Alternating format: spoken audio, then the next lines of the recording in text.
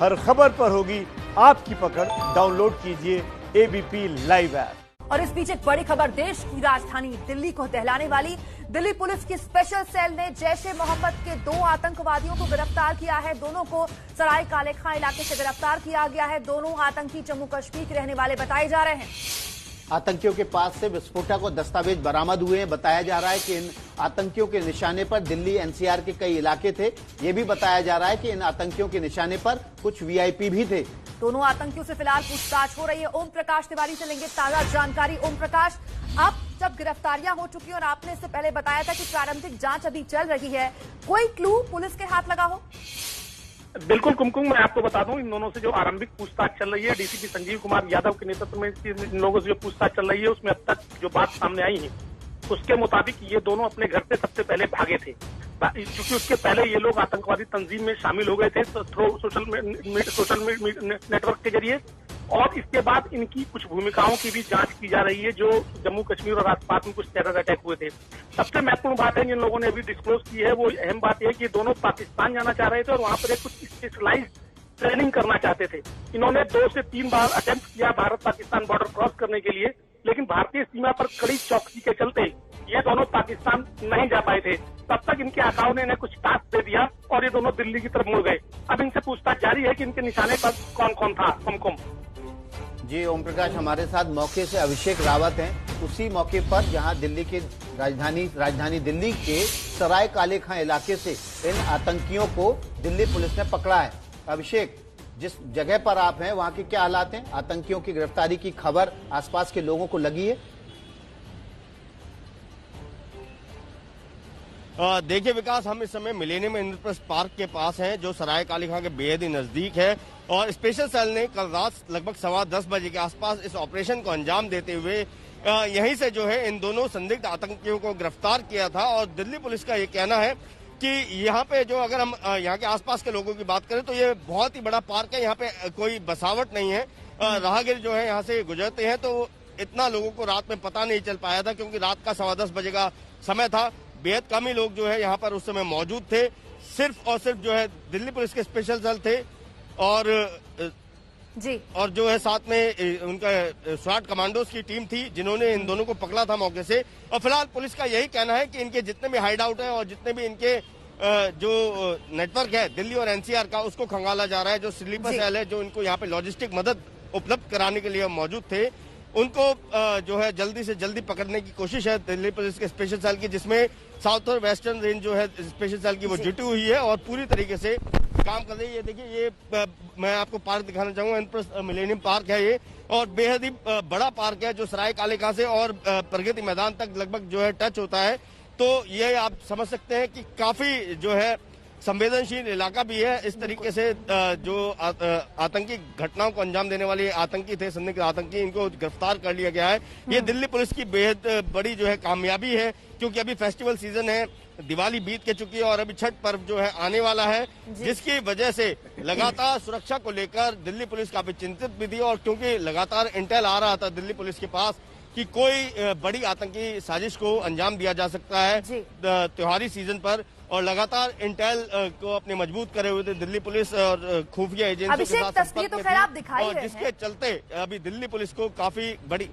बिल्कुल, आप तस्वीरें दिखाते रहिएगा अभिषेक, और तस्वीरें दिखाने के साथ साथ ये भी बताइए कि सराय काले खां में किस इलाके में ये दोनों रह रहे थे। इनकी उम्र 20 से 22 साल बताई जा रही है।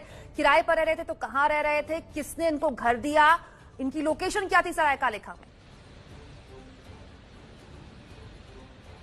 देखिए कुमकुम, अभी इस बारे में जो है स्पेशल सेल के जो डीसीपी हैं संजीव यादव, उन्होंने ज्यादा खुलासा नहीं करा है। उनका ये कहना है कि ये काफी संवेदनशील जानकारियां, अगर ये हम अभी मीडिया से साझा करते हैं तो जो इनके संपर्क में लोग थे, जो इनको मदद पहुंचा रहे थे, जो मदद उपलब्ध करा रहे थे, वो काफी चौकन्ने हो सकते हैं और कहीं ना कहीं पुलिस ऑपरेशन पर इसका जो है असर पड़ सकता है। इसलिए वो इन सब जानकारियों को अभी साझा नहीं करना चाह रहे हैं। हाँ, इतना जरूर कहा है कि जल्द ही जो है इस मामले में पुलिस को और भी सफलताएं हाथ लगेंगी, और भी गिरफ्तारियां हो सकती हैं, और भी ज्यादा बरामदगी हो सकती है, जिसमें विस्फोटक भी शामिल हो सकते हैं और भी हथियार हो सकते हैं, क्योंकि इन लोगों का जो प्लान था वो दिल्ली और एनसीआर को दहलाने का था। कहीं ना कहीं ये दोनों जो कश्मीरी युवक हैं, ये जिस तरीके से कश्मीर में जो लगातार आर्मी ऑपरेशंस चल रहे हैं, लगातार जो आतंकियों के खिलाफ ऑपरेशंस चल रहे हैं, उस दबाव में जो है कश्मीर से भागकर यहाँ दिल्ली एनसीआर की तरफ आ गए थे और उसी की वजह से इनको टास्क दिया गया था कि एक मैसेज जो है भारत सरकार को देना है और वो आतंकी गतिविधि के माध्यम से ये आतंकी संगठन देना चाह रहे थे, लेकिन वो पूरी तरीके से विफल हुए हैं और स्पेशल सेल ने एक बड़ी कामयाबी हासिल करी है। फिलहाल ये दोनों जो है सिर्फ जो मतलब बेहद छोटे से गुर्गे माने जा रहे हैं, जिनका काम सिर्फ जो इनको काम सौंपा गया है उसे अंजाम देना था। इसके पीछे जो मुख्य साजिश करता है उनका अभी पता लगाना बाकी है और जो दिल्ली एनसीआर में लोग बैठे हुए हैं और बैठकर छुपकर इस तरीके की आतंकी गतिविधियों को समर्थन दे रहे हैं, उनका पता लगाना भी सबसे बड़ी जो है चुनौती है दिल्ली पुलिस के लिए, क्योंकि वही लोग हैं असली जो कहीं न कहीं इन आतंकियों के साथ मिलकर राजधानी दिल्ली और एनसीआर के लिए खतरा बने रहिए। हमें अपडेट देते रहिए, इस बारे में जो भी अपडेट होगा हम आपको दिन भर दिखाते रहेंगे। और इसके अलावा इस दिल्ली में पाक परस्त आतंकवादी पकड़े गए तो उधर सीमा पर अपनी करतूतों से बाज नहीं आ रहा है पाकिस्तान। कल पाकिस्तान ने कुपवाड़ा के तंगधार सेक्टर में फायरिंग की थी। रात 1 बजे तक पाकिस्तान की तरफ से मोर्टार दागे गए। ताजा जानकारी के लिए आसिफ के पास चलते हैं। आसिफ, क्या अपडेट है? क्या सीज फायर वायोलेशन बंद हुआ है? पाकिस्तान की तरफ से फायरिंग बंद हुई है और भारत ने मुंह तोड़ जवाब किस तरह से दिया है? विकास, देखिए, इस समय जो खबर टंगडार से आ रही है वहां पे शांति है, लेकिन तनाव बहुत ज्यादा है। जिस तरीके से कल रात तकरीबन 10 बजे से लेकर सुबह रात 1 बजे तक लगातार पाकिस्तान की तरफ से जबरदस्त गोलीबारी की गई और भारतीय सेना के पोस्ट और जो फील्ड पोजीशंस हैं उनको निशाना बनाकर मोर्टार भी दागे गए। हालांकि इस गोलाबारी में किसी भी तरह के जान माल के नुकसान की अभी तक खबर नहीं आई है, लेकिन पूरे ही सीमा क्षेत्र में इस समय भी तनाव है। खासतौर पर टंगडार की बात करें, उरी की बात करें, जहां पे शनिवार को हुई गोलीबारी में 9 लोग जो है मारे गए थे, जिनमें सेना के 5 और 4 आम नागरिक हैं। तो पूरे ही इस क्षेत्र में तनाव बहुत ज्यादा है। हालांकि भारतीय सेना भी पाकिस्तानी गोलाबारी का उसी तरीके से मुंहतोड़ जवाब दे रही है कि जिस कैलिबर के हथियार से पाकिस्तानी सेना फायर कर रही है उसी कैलिबर के हथियार का इस्तेमाल भारतीय सेना भी कर रही है। और जो आज रात को गोलाबारी हुई उसमें जो हल्के हथियार और मोर्टार का इस्तेमाल किया गया, तो भारतीय सेना की तरफ से भी मशीन गन और मोर्टार का इस्तेमाल करके ही पाकिस्तानी पोजीशन को निशाना बनाकर फायरिंग की गई। लेकिन गनीमत यह रही कि इसमें किसी भी जानो माल के नुकसान की खबर नहीं है, जो कि राहत की बात है। बिल्कुल आसिफ, लेकिन इस पूरे एंगल का प्रोपेगेंडा एक और है, और वो ये है कि वो आतंकी जो कि घाटी में साजिश नहीं अपनी अंजाम दे पा रहे, उनके आकाओं द्वारा उनको ये इत्तला की जा रही है कि आप दिल्ली का रुख करें। देश की राजधानी दिल्ली में आज सुबह कश्मीर से ताल्लुक रखने वाले जैश के 2 आतंकी जो कि 20-22 साल की उम्र के बताए जा रहे हैं, पकड़े गए हैं, जो कि कश्मीर से ही यहां तक आए हैं बाकायदा हथियारों के साथ। तो ये भी एक एंगल है जिस पर कश्मीर में सुरक्षा एजेंसियों की नजर है क्या?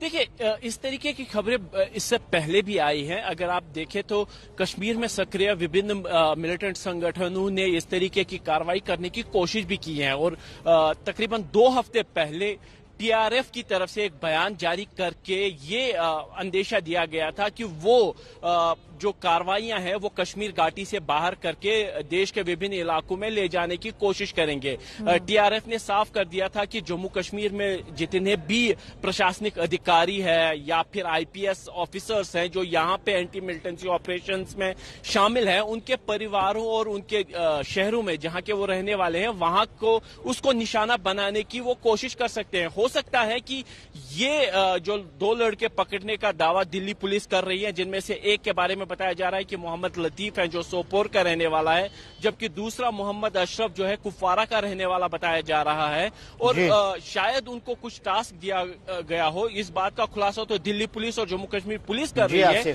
करेगी, लेकिन इस तरीके की आशंका पहले भी जताई गई है कि हो सकता है कि कश्मीर में सक्रिय मिलिटेंट संगठन कार्रवाई को दिल्ली आप नजर बनाए रखिए, न केवल पाकिस्तान की नापाक हरकत पर बल्कि पाकिस्तान की देश के भीतर की नापाक हरकत पर भी हमारी पल पल की नजर रहेगी। अभी छोटा सा ब्रेक, फौरन लौटेंगे।